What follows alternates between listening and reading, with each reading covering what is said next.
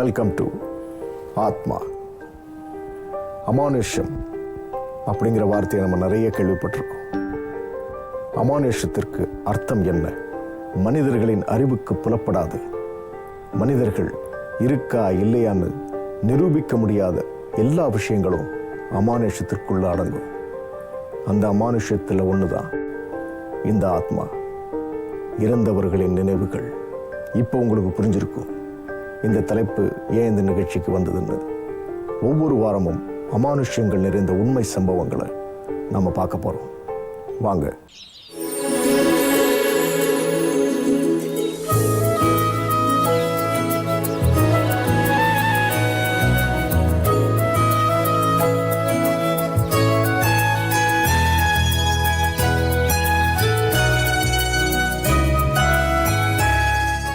இந்த உலகத்தில் பெரும்பாலான அநீதிக்கு உள்ளாக்கப்படுறது ஏழை எளியோர்கள் தான். இந்த வார ஆத்மாவில் நம்ம பார்க்க போகிறது ஒரு ஏழை சிறுமி, 16 வயசு. அவளுக்கு இழைக்கப்பட்ட அநீதியை பற்றி தான்.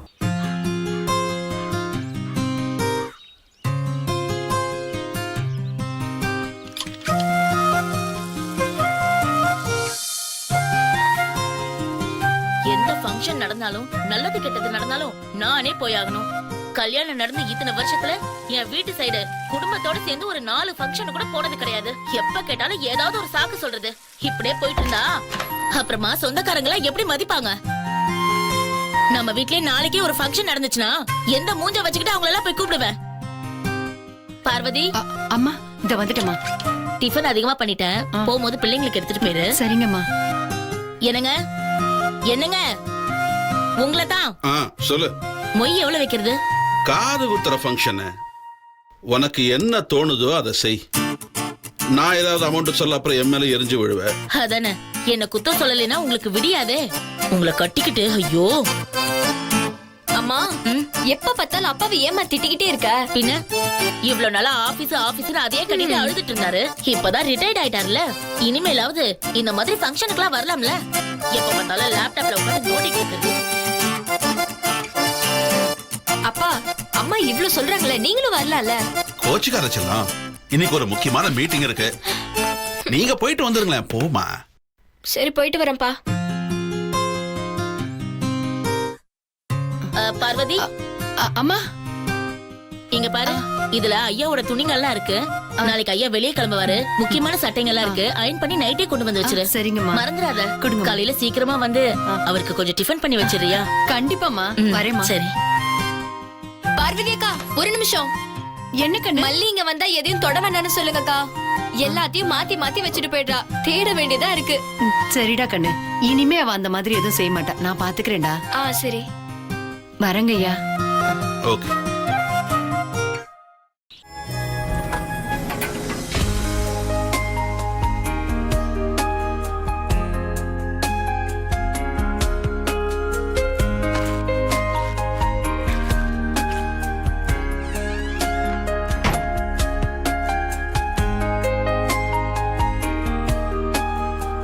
மணி, வேலை முடிஞ்சதா? இல்லண்ணா, இன்னும் 2 நாள்ல முடிச்சிடறேன். ஒண்ணும் இல்ல, லிப்ட்ல ஃபேன் கொஞ்சம் கரகரன்னு சுத்துது. என்னன்னு கொஞ்சம் பார்த்து சொல்றியா?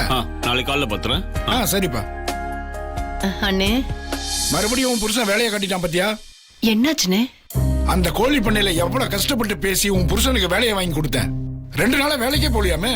மேஸ்திரி எனக்கு போன் பண்ணி திட்டுறாருமா. இப்படி இருந்தா எப்படிமா மல்லிக்கு ஆபரேஷன் பண்ணுவீங்க?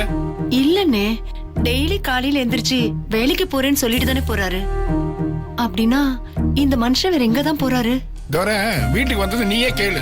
என்ன பண்றதுனே, அந்த மனுஷன் எங்கேயுமே 10 நாளைக்கு மேல வேலை பண்ண மாட்டாரு. நானும் என்ன பண்றது? ஆபரேஷனை விடுங்க, அந்த பொண்ணுக்கு காதுல மிஷின் சரியா வேலையே செய்யல. அத மாத்தி கொடுங்கன்னு சொல்லிட்டு இருக்க.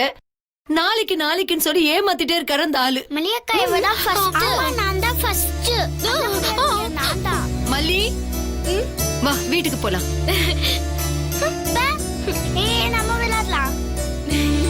மல்லி, உனக்கு ஒண்ணு, உன் தம்பிக்கு ஒண்ணு. அம்மா, எப்ப பார்த்தாலும் தம்பி கூட சண்டை போட்டுக்கிட்டே இருக்கேமே.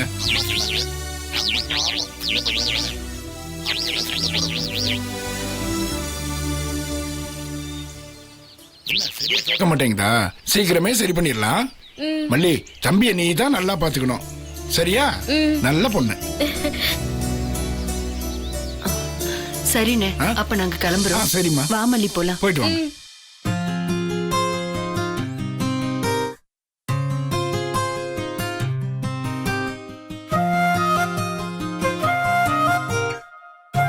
ஏமா பார்வதி, அண்ணே, பில்டிங் பின்னாடி அவ்வளவு குப்பை இருக்குது, எப்ப க்ளீன் பண்ண போற? செக்யூரிட்டி அண்ணா, நாளைக்கு வந்து க்ளீன் பண்ணிடுறேன். இன்னைக்கு டைம் ஆயிடுச்சு. சரிம்மா. சரிண்ணே. நீ என்ன வேலை பண்ற நீ?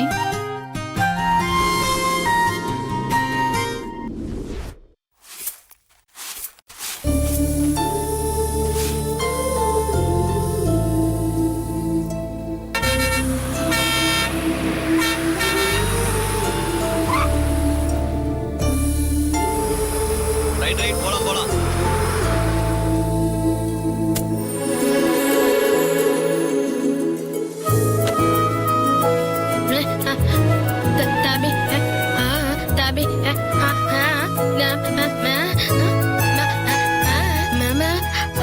நம்ம பொழப்புக்கு கார்ப்பரேஷன் ஸ்கூலுக்கு போறதே பெரிய விஷயம். இதுல தம்பிய கான்வென்ட்ல வேற சேர்க்கணுமா?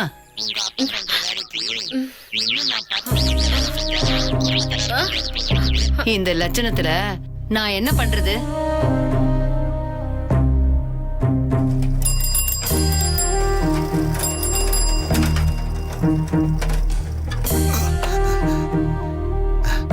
மல்லி, அப்பா உனக்கு என்ன வாங்கிட்டு வந்திருக்கேன்னு பாரு.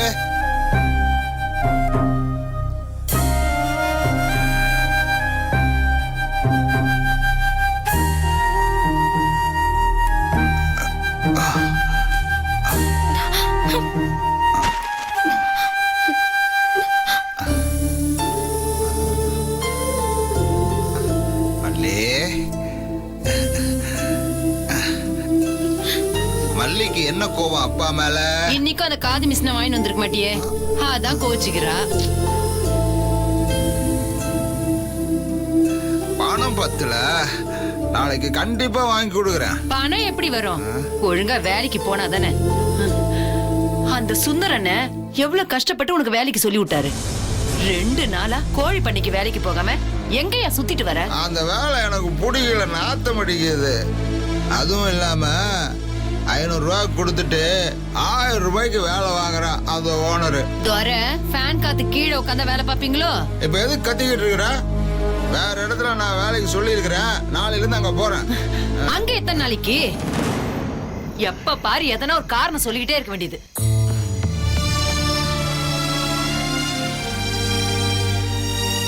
மல்லி, வேலை செஞ்ச இடத்துல நாளைக்கு காசு வந்துடும், நான் கண்டிப்பா வாங்கி தர்றேன். மல்லி, தங்கம் இல்ல, எங்க கொஞ்சம் சிரி சிரிட தங்கம், சிரியுமா. அப்பா பாவல்ல, சிரிமா.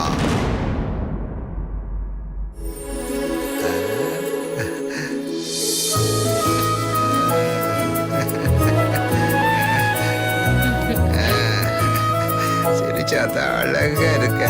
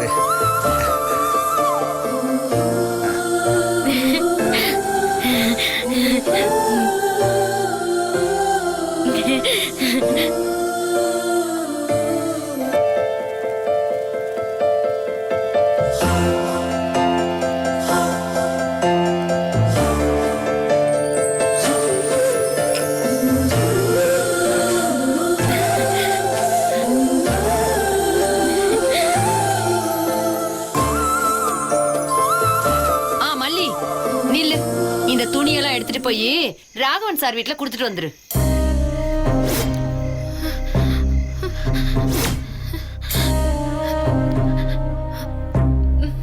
ஏய் என்ன நான் எவ்வளவு தூரம் சொல்லிட்டு இருக்கேன் போய் கொடுத்துட்டு வந்துரு. இதோ பாரு சார் காலையில நேரத்தோட வெளில போனாரு, போய் கொடுத்துட்டு வந்துரு. நீ அடம் பிடிக்காம தயவு செஞ்சு போ. நான் ஒருத்தியே இந்த வீட்ல மாடு மாதிரி எல்லா வேலையும் செஞ்சுட்டு இருக்கேன். இந்த ஒரு வேலையை நீ செய்யக்கூடாதா? போ போய் கொடுத்துட்டு வா. நீ அதான் சொல்றான்ல, போய் கொடுத்துட்டு வா, போ. அனுப்பிடிக்காத, போ. போடி சொல்ற வேலையை போடி போடி.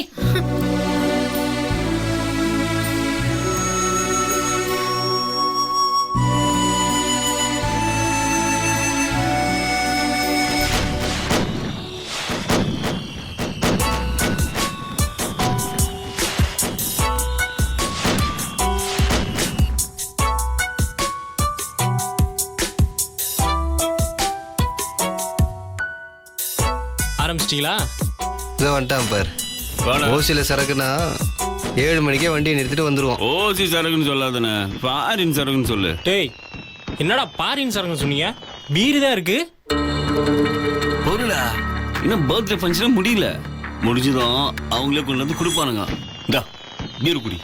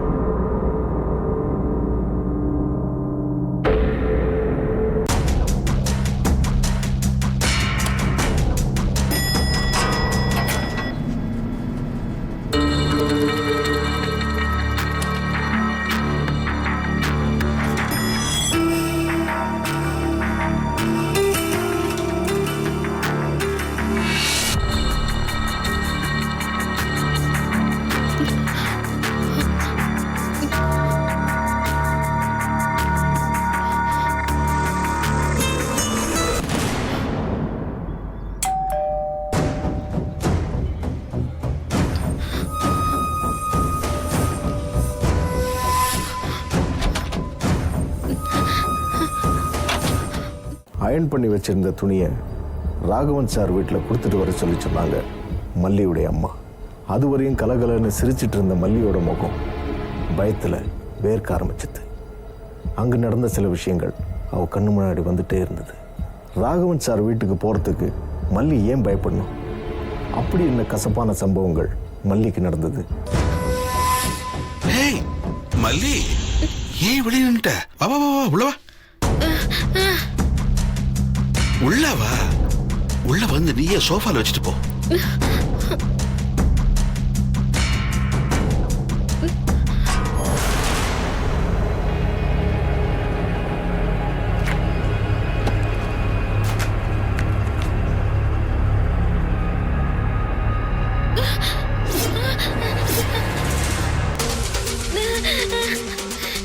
பயப்படாத, அப்புறம் போலாம். தண்ணி குடிக்கிறீங்க?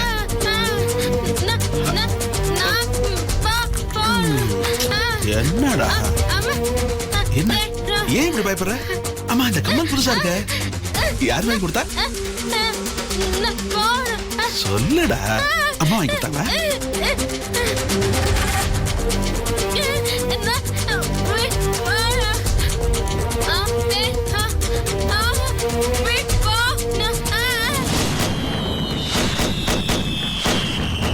பிறந்த நாள தீபாவளி மாதிரி கொண்டாடுறோம் ஐயா.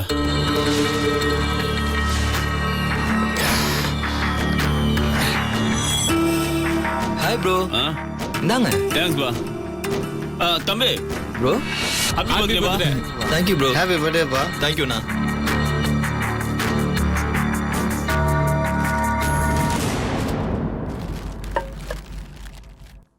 I totally enjoyed it. What about you? Good. Yeah, that was very nice, right? Hi. How are you? Fine madam.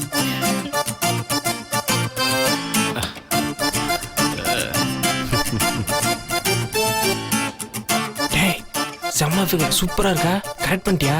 யாரா அவ? டேய் இது ஓசி குடிங்கடா. பசங்க பாட்டி வச்சா முதல்ல வந்துருவா. நான் தான் பார்த்துன்னு தானே இருக்கிறேன். வாழ்ந்தா இப்படி இவங்கள மாதிரி வாழணும். நாமளும் இருக்கிறோமே. என்னப்பா பண்ணுறது, பையனோட அப்பா அம்மா வெளிநாட்டில் இருக்காங்க. பையன்கிட்ட பண்ணுறதுக்கு பஞ்சமே இல்லைப்பா. வாழ்க்கையை அனுபவிக்கிறான்ப்பா அவன். அதுவும் கரெக்டு தான். ஊத்துன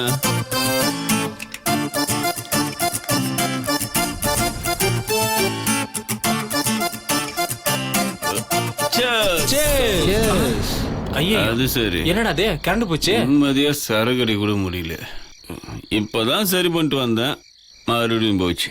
இப்ப பாரு, அதுக்குள்ள இப்ப குயமையான்னு கத்துவானுங்களா? சரி பண்ணிடுறேம்மா. நான் சொல்லல. சரி, நான் போய் என்னன்னு பாக்குறேன். நீங்க ஒண்ணு பண்ணுங்க, கரண்ட் வந்த உடனே நீங்க எல்லாத்தையும் எடுத்துக்கணும் மாடிக்கு வந்துருங்க. அவங்க வசதியா சரி, சீக்கிரம் வாங்க.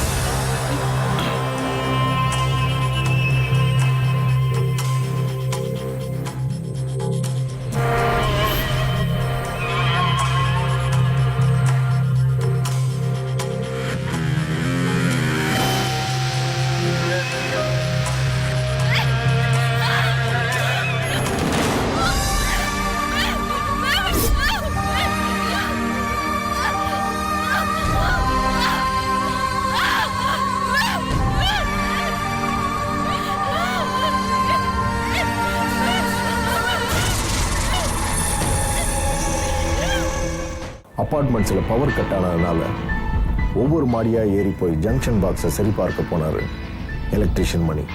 அப்போ ராகவன் வீட்டு ஜன்னல் வழியாக பார்க்கும்பொழுது ராகவன் மல்லிக்கிட்ட தப்பாக நடந்துக்கிறத பார்த்தார். அதிர்ச்சி ஆயிட்டார். ஆனால் குடிபோதை அவரோட மூளையை வேறொரு வழிக்கு அப்படியே கொண்டு போச்சு.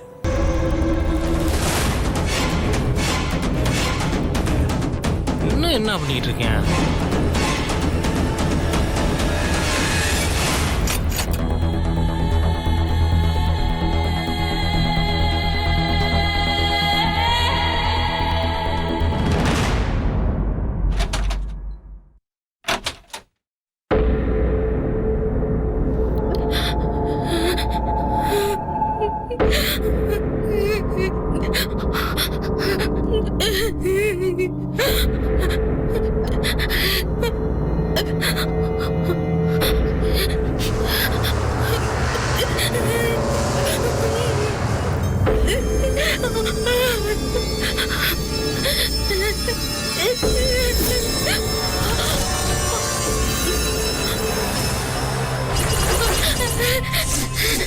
ஏய், உள்ள போனியா? அவர் கூட என்ன பண்ணிட்டு இருந்த? எல்லாத்தையும் நான் பார்த்துட்டேன். இதை உங்க அம்மாட்ட போய் சொல்லவா?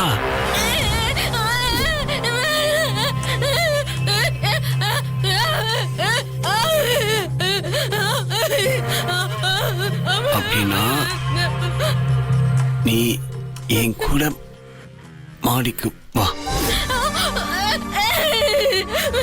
இப்ப நீ என் கூட வந்தேன்னா நான் யாருக்கிட்டையும் சொல்ல மாட்டேன். இல்ல இந்த பிளாட் பூரா சொல்லிடுவேன்.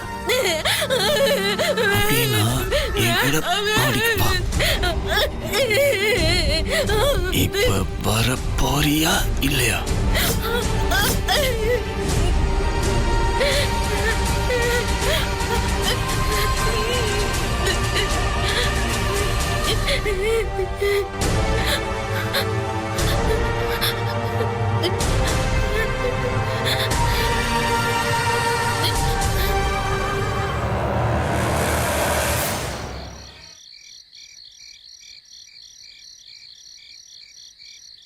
ஏண்டா அருண், நம்மளை வர சொல்லிட்டு அவன் இன்னும் வரலையே? அதானே.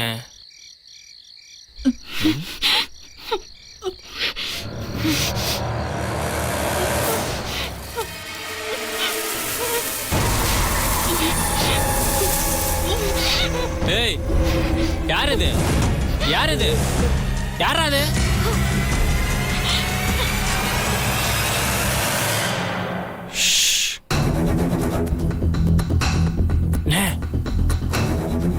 அந்த ஃபிகரை கரெக்ட் பண்ணிட்டானே அவன். பெரிய ஆள் அவன். அண்ணே, இதை பிடிங்கண்ணே, பிடிங்க.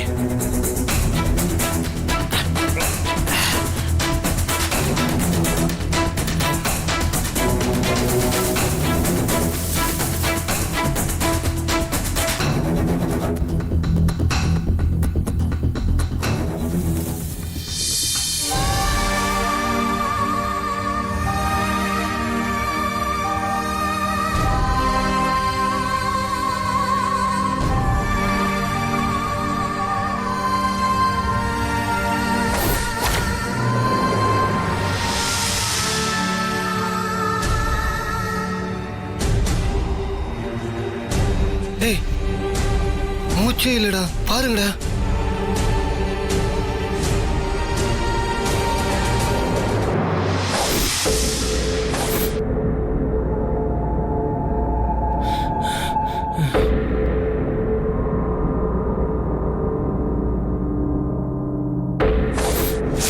ஏய், இது மல்லிடா, பார்வதியோட பொண்ணுடா.